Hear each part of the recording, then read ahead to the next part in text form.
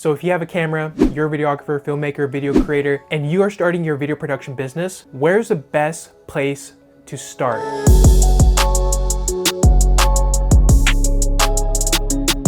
What's up everybody, welcome to Zuniga Films, the channel where we talk about how to start and grow a successful video production business. Now a lot of videographers and filmmakers that are just starting out may be struggling. I was in your shoes once and I'm here to help and to provide my 2 cents and my experiences. With that being said, today's topic is what is the best business to start as a video creator? I have my trusty iPad here with me and we're gonna be taking some notes. The best business to start or clientele market is creating promotional videos for schools and more specifically, private schools. These can be colleges, elementary schools, high schools. Why private schools as opposed to public schools or like state schools, for example, if you're in the US? So this is based just on the business aspect. This is not putting down any public school or private school. Well, based on my experiences, private schools, they generally have more funding. I'm gonna put here bigger budget, and with that budget they are able to allocate it towards more marketing. When it comes to private schools, what's the one thing when it comes to competing against other public schools or other private schools? It's cost, it's the tuition. Public schools, it's free. So how can you compete against free? It comes down to the budget. So the bigger the budget the school has, the more they are willing to put into marketing. The whole goal for the private schools when it comes to tuition is to get students to apply. So with a bigger budget, it's good for you because as a video production company, video production is not cheap. It's a service-based business. If you provide a high quality service and product, your price should reflect that. Next thing is that with private schools, they have a strong community. Put here. And this is in general, this is just generalizing things. But from what I've experienced, it's a strong, close-knit community. When it comes to private schools, there are a good amount of parents that are either business owners or they hold high-level positions in companies, whether it's a CEO, CFO, etc. Knowing this, I'm gonna put here network effect. So knowing this, the videos that you create for that school are also seen by other members of that community, of that network. So these parents or family members that are business owners or in high-level positions within the company, they see this video being made. If they need any videos for their businesses or for a wedding, for example, of a daughter or family member, it's more than likely that they will reach out to you for your services. I'm going to be sharing my story later on in this video and how I was able to build a foundation within this network. Number 2 is leverage your network. The one mistake that a lot of videographers, filmmakers, video creators make when they're first starting out is that they don't go back to organizations that they were just once a part of, or they don't go back to organizations that they're currently part of and tell people what they're doing and what they offer. So for example, that's why I say schools are a great thing, whether it's a public school or private school. Even if you didn't go to a private school, you can still reach back to your public school and offer to create a promotional video for free if you're just starting out and you don't have any videos within your portfolio. And then if you want to, you're able to move over to creating promotional videos for private schools. With a public school, there are public schools that are well funded and there are public schools just as good as other private schools. Again, this is just based on my experience and I'm giving my 2 cents on this. Probably not the same situation as you, but hopefully it will help you in some way. So now we talked about leveraging your network, going back to organizations you were once part of and offering your services. So that's why I also say there's that network effect. Leverage your network. Instead of reaching out to strangers or people that don't know who you are, go back to organizations that people know who you are, because you'll be surprised that when you do, they'll be more than happy to see you succeed and help you succeed. So now this leads me to my story and how I started in this industry. So after I graduated college, came back to California,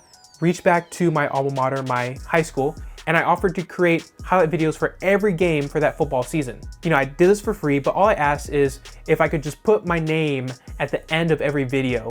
That's all I needed, because I knew that, one, I'll be creating multiple videos, not just one video, but multiple videos over a span of maybe 9 weeks or so. I think there was like 9 games. Over a span of 9 weeks, this will be circulating throughout the network. You want to keep things consistent so that people will constantly see the videos that you create, right? After I created those videos, what happened was it got the attention of the marketing department, advancement department within the school.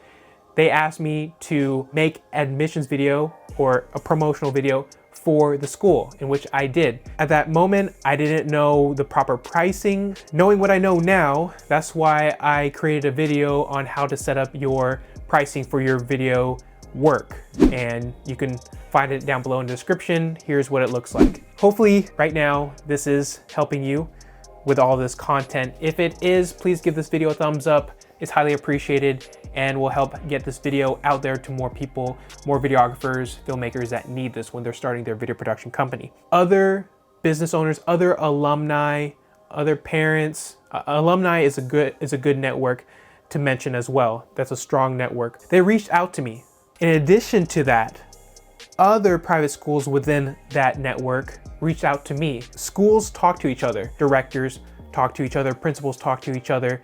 And so if you do a good job, if you do a great job at one school, they'll be more than happy to refer you to another school. To be honest, even to this day, I rarely put out any paid ads, little to no paid ads. Majority has been word of mouth. And I think with word of mouth, when you're just starting out, that is the very best way to market yourself as a video production company, you know, videographer, filmmaker, just starting out, to get your name out there and to get projects going. So over time, the types of videos that I made for the schools progressed. I looked at what the schools needed. You have to position yourself as a video consultant. You're not just going to be seen as a videographer, but seen as someone that is able to diagnose whatever problem that client has, and you're able to provide a solution, just like a doctor does. They ask you certain questions, finding what the pain point is, and finding a solution to that pain point. Knowing what you know now with what I provided, what can you do? First thing, let's say you reached out to a school and they want you to create videos for them. Most of the time, the client doesn't have a good idea of what they want necessarily or what they need. That's why they're asking you, and that's why it's better for you to position yourself as a video consultant, because you're able to see where the gaps are and what type of videos might be best for them. So first things first, it's good to offer promotional videos and break it down into, one would be student focused and another one would be parent focused. Now within these videos, it would be including interviews and B-roll. Student focus is more so interviews with students and getting their testimonials. So with parent focused videos, I like to have the principal, head of school speaking within those videos, and majority parents. Now student focus, I can have the principal and some teachers speak in there, but majority would be students speaking because students relate to students. That's just how it works. Put the next point here. 2 to 3 30-second to a minute long ads. If they have a marketing department, they can use these ads to push out, and that's very beneficial for them because maybe they are running ads, but it's just pictures and they need videos. This is where the 2 to 3 30-second ads comes in handy for ads in Facebook, ads on Instagram. And then the next thing would be a virtual tour. Since the whole, pandemic happened, a lot of things went virtual. I noticed that virtual tours were a need, especially for schools. Schools needed to keep running. they still need to attract potential students and families. How are these families going to go and see the schools if they can't be there in person, especially at the height of the pandemic? And that's when virtual tours then and even to today are still a good idea for schools if they don't have one. People like convenience. If they're able to walk through the school and see it before they actually go there in person, they'll get a better idea. And within the virtual tours, you can highlight specific points, have a tour guide talk about specific things about the school and what they want to highlight. And it just makes it a lot more easy for potential families to view the school. And so that's why when I mentioned progression in video content, I went out and asked the schools I work with, do you need a virtual tour? I think it would be very beneficial, especially now that families and students are not able to go and take tours of the school. Yes, it turned out to be very beneficial for the schools and they still use it to this day. We broke it down into what should you offer. Promotional videos to start. I highly recommend going and looking on the websites of certain schools within your area and see if they have a video, if they have a promotional video. Most of the time they don't, especially elementary schools, private elementary schools.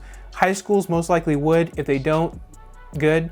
You can offer your services there. I like to break it down: student-focused promotional video, parent-focused promotional video, 2 to 3 30-second ads, and a virtual tour video. You have no videos within your portfolio. The easiest way to get into this is to just do it for free. That's why I did. I started off to do videos for free. After that, then yes, then you have to be compensated for your time and effort. If you want to learn how to start a video production business, at least get some sort of idea on where to start, click the link down below. I put a video that I created. Here's what it looks like here. Feel free to watch that. With that being said, if you enjoyed this video, please like, comment, and subscribe, and I'll see you on the next one. Peace. It's gotta be real big. I gotta make it just for my kids and for their kids' kids. That's wealth years and years. Promise my brother soon as he out to finish this bid, we finna do it bigger than anybody ever.